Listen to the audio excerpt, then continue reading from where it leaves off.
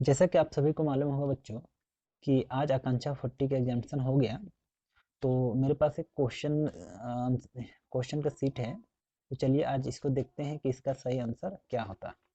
तो मैं पहला वीडियो में फिजिक्स का बताऊंगा सॉल्यूशन, फिर अगला में मैथ का, उसके बाद फिर केमिस्ट्री का, उसके बाद फिर अगर क्वेश्चन मेरे पास आ जाएगा तो हम बायोलॉजी का भी बता देंगे। तो आज चलिए हम लोग देखते हैं कि फिजिक्स में जो क्वेश्चन था उसका आंसर क्या होता। तो पहला क्वेश्चन है, किसी माध्यम का अपवर्तनांक म्यू एम खाली स्थान द्वारा दिया जाता है। मतलब माध्यम का अपवर्तनांक का परिभाषा क्या होता है, उसका फॉर्मूला क्या होता है, उसको हमको बताना है। तो उसका अगर परिभाषा अगर आप याद कर लीजिएगा तो उसका आंसर भी जान जाइएगा। तो अपवर्तनांक का परिभाषा यह होता है कि निर्वात में प्रकाश की चाल तथा किसी माध्यम में प्रकाश की चाल के अनुपात को हम लोग कहते हैं माध्यम का अपवर्तनांक। इसलिए इसका सही जवाब होगा ये। दूसरा यह यहाँ पर है कि वक्रता त्रिज्या r तथा गोलीय दर्पण की फोकस दूरी f में संबंध क्या है। ये बहुत बार आप लोग पढ़े होंगे और सत्यापित भी किए होंगे। f इक्वल टू क्या होता है, r/2। तो f इक्वल टू r/2 ये इसका सही जवाब है। फिर अगला क्वेश्चन है हम लोग का, गोली लेंस की वक्रकार रूपरेखा का प्रभावी व्यास कहलाता है। तो इसका सही जवाब होगा द्वारक।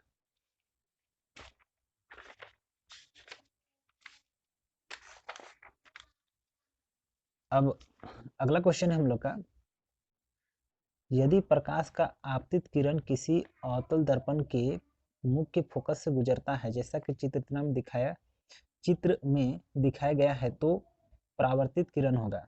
तो परावर्तित किरण ना इसी पथ पे आता है, क्योंकि जब यहाँ से गुजरता है, नहीं, यहाँ से जब आता है एफ से गुजरता है तो ये मुख्य अक्ष के समांतर हो जाती है। तो यहाँ से इस तरह से जाएगा, तो इसलिए इसका सही जवाब होगा मुख्य अक्ष के समांतर।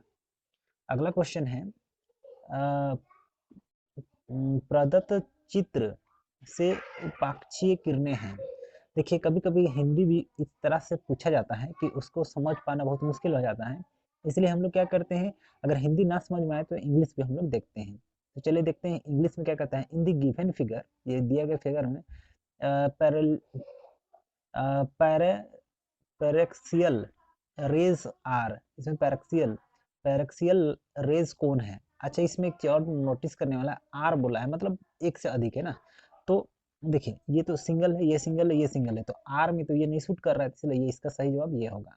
और इसका मीनिंग ये है कि पैरेलल जो रेज है, किरण है, समांतर किरणें हैं, वो कौन कौन है। तो ये है, इसलिए ये सही जवाब होगा। अगला है, यदि किसी सामान्य नेत्र के निकट बिंदु की दूरी होती है, तो जानते हैं निकट बिंदु 25 सेंटीमीटर, रेडियन याद है सबको। उत्तल लेंस किसी वस्तु का हरासित प्रतिबिंब बनाता है जब होता है, हरासित मतलब छोटा प्रतिबिंब। तो छोटा प्रतिबिंब कब बनाता है, जब वस्तु, ये यू जो है वो दिखा रहा है हम लोग को प्रतिबिंब दूरी को, नहीं सॉरी, वस्तु दूरी को दिखा रहा है। इसके चलते क्या चीज हो जाएगा, ये सही ऑप्शन होगा कि जब वो आर से दूर पर रहता है तब वस्तु का प्रतिबिंब छोटा बनता है। किसी गोली दर्पण के मुख्य फोकस की संख्या होती है। अब देखिए गोली दर्पण है तो गोली दर्पण तो एक ही साइड रहता है, दूसरा साइड डिपेंड रहता है ना, इसलिए इसका सही जवाब होगा एक। अगर यही पर रहता लेंस लेंस रहता तो हो जाता है इसका दो। निम्नलिखित निम्नलिखित चुंबक विद्युत चुंबकीय तरंग में से किसका उच्चतम ऊर्जा होती है। तो इसका होगा आंसर ये इंफ्रारेड वेव। कहने का मीनिंग आपका ये ऑप्शन सही होगा। दूरदृष्टि दोष वाले व्यक्ति को चाहिए उत्तल लेंस बने चश्मे का उपयोग करना चाहिए। सूर्य सूर्य सूर्य प्रकाश स्पेक्ट्रम में कितने रंग होते हैं। तो इसको तो जानते हैं सभी को, 7 कलर का होता है। अगला, यदि किसी 4 ओम प्रतिरोध से प्रति सेकेंड 100 जूल ऊष्मा उत्पन्न होती है तो प्रतिरोध के आर पार विभवांतर है। इसका 20 वोल्ट होगा, इसको बना करके देखना पड़ता है। तो वीडियो में तो उतना दिखाएंगे तो वीडियो बहुत लंबा हो जाएगा, इसके चलते मैंने बना करके देखा। तो इसका आंसर है क्या चीज, 20 वोल्ट। तो आप देखिएगा कि आप क्या चीज टिक करके आए हैं ना। तो इसका सही जवाब होगा 20 वोल्ट। विद्युत प्रतिरोधकता का SI मात्रक होता है ओम मीटर। ये तीसरा जवाब होगा इसका। इसमें जब कोई कोई विद्युत हीटर विद्युत स्रोत से 4 एम्पीयर विद्युत धारा लेता है तब इसके टर्मिनल के विभवांतर 60 वोल्ट है। उस समय विद्युत हीटर कितने विद्युत धारा लेगा जब विभवांतर को 180 वोल्ट तक बढ़ा दिया जाए? तो इसका जवाब होगा 12 वोल्ट। ये भी बना करके देखना पड़ता है, तो मैंने बना करके देखा था, तो ये इतना आता है। ठीक है, इसका इसका भी मैथ के रूप में आपको बना करके देखना पड़ेगा। देखिए ये जो है वो सीरीज में है, ये भी सीरीज में है, मतलब ये श्रेणी क्रम है, ये भी श्रेणी क्रम है। इसको इसको जोड़िएगा तो 3 ओम हुआ, इसको इसको जोड़िएगा तो 3 ओम हुआ। तो 3 ओम को पैरेलल क्रम में जब जोड़िएगा तो इसका सही जवाब आता है 1.5 ओम। उसी तरह आता है 16 का है क्या, एक इकाई धन आवेश को बिंदु ए से बिंदु बी की ओर जाती है। एक इकाई धन आवेश बिंदु ए से बिंदु बी की ओर जाती है। इस ए से बी की ओर गया ना, तो इस क्रिया में किया गया कार्य कहलाती है ए और बी के बीच का विभवांतर। सही जवाब होगा। अगला है जूल प्रति कूलाम बराबर होती है, तो ये होता है वाट का। अगला है हम लोग का एक परिपथ में देखिए ये वाला सही होगा इसका कि एमीटर हमेशा श्रेणी क्रम में तथा वोल्टमीटर प्रतिरोध के साथ समांतर क्रम में होता है। इस तरह से जब ये 19 का जब बनाइएगा तो बना करके मैंने देखा था, तो इसका सही जवाब हो जाता है 4:1।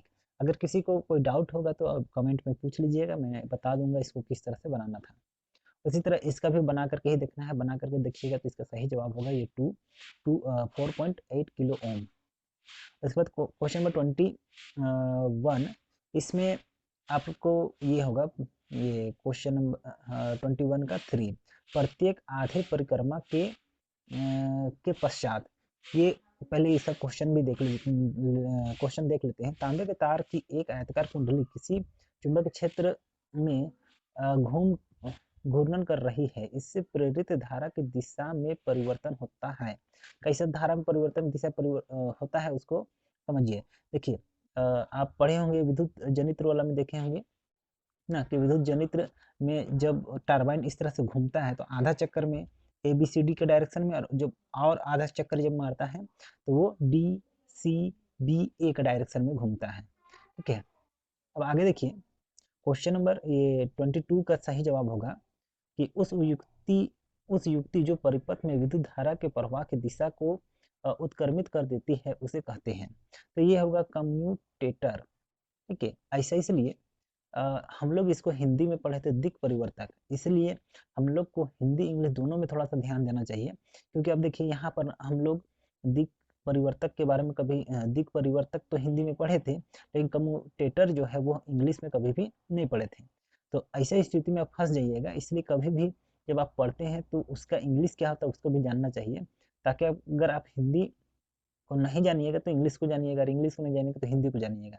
जैसे देखिए यहाँ पर ये कम्यूटेटर जो है वो एक इंग्लिश वर्ड है, इसका सही हिंदी में अगर देखा जाए तो इसका दिक् परिवर्तक होता है, तो इसलिए इसका सही जवाब यही होगा। अगला है हम लोग का चुंबक प्रेरण की माप की इकाई है, इसका होगा गॉस। ये हम लोग का 12 में अगर देखा जाए तो 12 का ये क्वेश्चन है, तो 12 में ये चीज़ को हम लोग जानते हैं। आगे है क्या कि देखिए इसमें मैच दी फ्लोइंग का निम्नलिखित का मिलान करें, इसको मिलाना है। तो देखिए जब भी अगर आपको समझ में नहीं आता है कि आंसर क्या होता है तो ऐसा स्थिति में हम लोग अंदाजा लगाते हैं।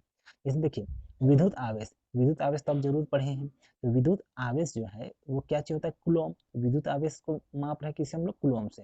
देखिए बी जो है वो 4 पे कोलाइड कर रहा है। ठीक है, अब देखते हैं कि और सबके लिए सही दिखाता है ए में क्या चाहिए हम लोग का, विद्युत बल। तो विद्युत बल क्या, न्यूटन। तो जब बल है तो न्यूटन भी आ रहा है, इसलिए जब इसका सही हो गया, इसका सही हो गया, तो बाकी सबका सही होगा। इसके चलते हम लोग का जो है वो 3 सही हो जाएगा। अब आगे देखते हैं ये वाला। देखिए यहाँ पर ये फिगर में बोला गया है क्या कि इलेक्ट्रॉन इधर जा रहा है, मैग्नेटिक फील्ड इधर जा रहा है। चलिए इंग्लिश पढ़ लेते हैं। In an electron enter a magnetic field at the right angle to it as shown in this figure, the direction of force acting on the electron will be। अब देखिए इलेक्ट्रॉन जो है वो इधर आ रहा है नीचे, इसका मीनिंग क्या होता है, करंट जो है वो ऊपर जाएगा। तो करेंट हम लोग को जा रहा है इस तरह से ऊपर। फ्लेमिंग का जो है ना क्या कहते हैं हम लोग का दक्षिण हस्त नियम, सॉरी वाम हस्त नियम, उसमें हम लोग देखेंगे कि इलेक्ट्रॉन जा रहा है ऊपर, मतलब ये हाथ को समझिए, मेरा ऊपर जा रहा है, ये जा रहा है इधर। तो ये वाला जो है वो करेंट का दिशा दिखाता है ना, नहीं चालक में लगने वाला विक्षेपण, चालक में लगने वाला बल की दिशा दर्शाता है। तो ये किधर लग रहा है? पेज के अंदर। तो इसके चलते इसका सही जवाब होगा इनटू द पेपर। चलिए अब अगला देखते हैं क्वेश्चन नंबर 26 में। The unit of magnetic field strength is, इसका होगा वेबर। चुंबक क्षेत्र की तीव्रता का मात्रक होता है वेबर। अगला है 27 निम्नलिखित में से कौन कौन किसी लंबे विद्युत, किसी सीधे विद्युत धारावाही तार के सीधे चुंबकीय क्षेत्र का सही वर्णन करता है? कि ये जो है जब सीधे आप देखे होंगे जब 10 क्लास के क्वेश्चन में आप पढ़े होंगे तो इस तरह से रहता है। अगर चालक तार तो इसके चारों ओर चुंबक क्षेत्र वृत्तीय सकेंद्र वृत्तों के रूप में सज जाती है ना, इसलिए ये सही जवाब होगा इसका। अगला है किसी चुंबकीय क्षेत्र में किसी कुंडली के घूर्णन करने पर उस कुंडली में उत्पन्न प्रेरित विद्युत धारा की दिशा को नियंत्रित करने वाला नियम है, दिशा को निर्धारित करने वाला नियम है। तो इसका होगा क्या चाहिए हम लोग का? फ्लेमिंग का दक्षिण हस्त नियम। प्रेरित धारा, तो प्रेरित धारा तो जनरेटर वाला है, तो जनरेटर वाला राइट हैंड काम करता है, तो जो फ्लेमिंग का दक्षिण हस्त नियम है वही उस प्रेरित धारा की दिशा को दर्शाता है, इसलिए यही सही जवाब होगा। एक चीज और, मैं इसको जल्दी से पढ़ने के चक्कर में, ताकि आपका टाइम ज़्यादा वेस्ट ना हो, ऐसे ही मोटा मोटी पढ़ देते हैं, इसलिए ऐसे मत सोचिएगा कि आप पढ़ भी रहे हैं गलत करके। तो आप केवल आप देखिए कि नंबर और जो उसका ऑप्शन है वो आप सही करके नहीं करके आए हैं या नहीं आए, उसको केवल आप देखिएगा। पढ़ने पर उतना नहीं जाना है कि कुछ चीज गलती मिस्टेक से छूट जा रहा है, उसको नहीं ध्यान देना है। चलिए अगला अगला क्वेश्चन देखते हैं। कोई विद्युत रोधी तांबे के तार की कुंडली को किसी गैल्वेनोमीटर में संयोजित की जाती है, क्या होगा यदि कोई छड़ चुंबक कुंडली के भीतर स्थित रखा जाए? तो जानते हैं कि अगर छड़ चुंबक कुंडली के भीतर रख स्थिर रखा जाए, तो जानते हैं अगर कुंडली इस तरह से है, इसके अंदर में इस तरह से अगर रख दीजिएगा तो किसी भी तरह का विक्षेपण नहीं होगा, तो सुई में कोई विक्षेपण नहीं होगा, इसका सही जवाब है। अगला, विद्युत सेल तथा बैटरी का उपयोग होता है। तो बैटरी का क्या काम है? तो अगर मान लीजिए चालक इसको अगर बैटरी से जोड़ दीजिएगा ना, तो ये विभवांतर को बनाए रखता है। तो चालक के दो बिंदुओं में विभवांतर बनाए रखने में इसका काम है। तो इसका सही जवाब होगा हम लोग का 2। अब चलिए हम लोग देखते हैं अगला क्वेश्चन। किसी चालक में मुक्त इलेक्ट्रॉन, तो मुक्त इलेक्ट्रॉन, फ्री इलेक्ट्रॉन जो रहता है वो हमेशा निम्न विभवांतर वाले क्षेत्र की ओर जाती है, उच्च से निम्न की ओर। ठीक है, अब हम लोग देखते हैं जेट प्लेन का ईंधन ईंधन किस सिद्धांत पर कार्य करती है? ये जो क्वेश्चन है ना, वो थोड़ा सा मुझे भी थोड़ा सा डाउट लगा है, लेकिन इसका मेरे अंदाज से सही जवाब होगा रैखिक संवेग या तो लीनियर मोमेंटम। अब अगला हम लोग देखते हैं कि एक जल से भरा बंद बोतल में जब जमने से फटने का कारण है। एक जल में भरा बंद बोतल में जल जमने से फटने का कारण है। जैसे आप देखते होंगे कि पेप्सी का बोतल जब ठंडा करने के लिए रख दिया जाता है तो कभी कभी फ्रिज में फट जाती है। ऐसा क्यों होती है? तो ऐसा इसलिए होती है क्योंकि जो पानी है वो जैसे जैसे ठंडा होता है ना, तो बर्फ के रूप में जब बदलने लगता है तो उसका आयतन बढ़ने लगता है, इसके चलते। तो ये इसका सही जवाब होगा ये। अगला क्वेश्चन है कि उम, वाहनों में वाहनों में वाहनों में पीछे के दृश्य देखने के लिए किस दर्पण का उपयोग किया जाता है? तो इसको तो सभी को जानते होंगे, उत्तल दर्पण। अब इसमें देखिए ये वाला जो क्वेश्चन में है ए बी सी डी क्या दिखाता है? हम लोग जानते हैं कि चुंबक को अगर आप तोड़िएगा तो साउथ पोल और नॉर्थ पोल फिर से बनता है। तो ये साउथ पोल, ये नॉर्थ पोल, साउथ पोल, ये नॉर्थ पोल, सॉरी ये नॉर्थ पोल, ये साउथ पोल, ये नॉर्थ पोल, ये साउथ पोल। तो क्या हो, ये नॉर्थ, ये नॉर्थ। तो कह रहा है क्या चाहिए कि A C north pole and B and D in south pole. तो इसके लिए बी सही हो जाएगा। अगला 46 नंबर है, कूलाम बल है आकर्षण तथा प्रतिकर्षण, दोनों तरह का बल होता है। तो अगला क्वेश्चन हम लोग का, जब विभवांतर 10 वोल्ट हो तथा धारा 5 एम्पीयर हो तो प्रतिरोध होती है। प्रतिरोध 2 ओम होगा, इसको थोड़ा सा बना के देखना पड़ेगा।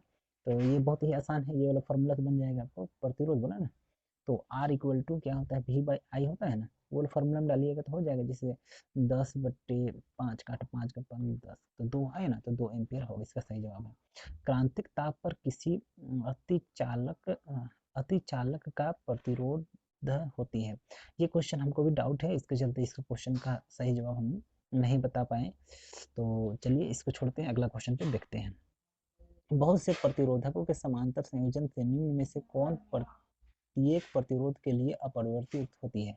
तो विभवांतर प्रतिरोध को आप किसी भी तरह से जोड़िएगा तो इसमें विभवांतर में कोई परिवर्तन नहीं होता है, तो ये विभवांतर ही सही इसका जवाब होगा। अगला जो क्वेश्चन है कि निम्न में से किसकी मदद से निम्न वोल्टता एसी को उच्च वोल्टता एसी में बदला जा सकता है। तो ये ट्रांसफार्मर होगा, लेकिन देखिए घर में भी 2 तरह का ट्रांसफार्मर होता है, आपको मालूम होगा कि स्टेबलाइजर पर जब अगर वोल्टेज कम रहती है तो हम लोग वोल्टेज बढ़ाते हैं, और अगर ज़्यादा वोल्टेज आ जाती है तो वोल्टेज कम कम करना पड़ता है स्टेबलाइजर की मदद से। और स्टेबलाइजर का मेन जो है काम करने वाला वो है ट्रांसफार्मर। तो ट्रांसफार्मर 2 तरह का होता है कि एक होता है स्टेप अप। स्टेप अप उस समय काम होता है जब घर का वोल्टेज कम होता है और हम लोग को टीवी चलाने के लिए वोल्टेज अधिक की जरूरत पड़ता है, ऐसे स्थिति में स्टेबलाइजर से उसका वोल्टेज बढ़ा देते हैं। और दूसरा होता है स्टेप डाउन। यह उस समय यूज करते हैं कि जब घर में इलेक्ट्रिक का जो घर में वोल्टेज बहुत ज़्यादा हो और टीवी उतना में जलने ऐसा लगे, तो इस वैसे ही स्थिति में हम लोग स्टेप डाउन ट्रांसफार्मर का यूज करके वोल्टेज को कम करते हैं। इसलिए अभी तो हम लोग को बोला गया है कि निम्न वोल्टता को उच्च बदलना है, तो स्टेप अप वाला से हो जाएगा, तो इसका सही जवाब होगा ये। तो ये फिजिक्स का कंप्लीट हो गया। तो अगला केमिस्ट्री और मैथ का अगर जानना है तो मेरे चैनल पर बने रहिए, और आप कमेंट कीजिए कि ये जल्दी चाहिए या नहीं चाहिए। तो आज के लिए बस इतना ही, और मैंने पहले भी बोला था कि मैंने इस वीडियो को बहुत जल्दी से या बहुत कम समय में कंप्लीट करने के लिए ही बनाया था, इसलिए पढ़ने में उतना मैं सिंसियरली ध्यान नहीं दिया था, इसके चलते कहीं कहीं पर मिस्टेक भी हुआ था। तो आप केवल क्वेश्चन और उसका सही ऑप्शन जो है उसको ध्यान दीजिए। लेकिन ये जितने भी मैंने बताया है, तो उम्मीद करते हैं कि 99% पूरी तरह से करेक्ट है। तो आज के लिए इतना ही, अगला वीडियो के लिए वेट करते हैं। हो सकता है मैं कल इस वीडियो को इसका सॉल्यूशन अगला जो है उसको डालूंगा। तो आज के लिए बस इतना ही।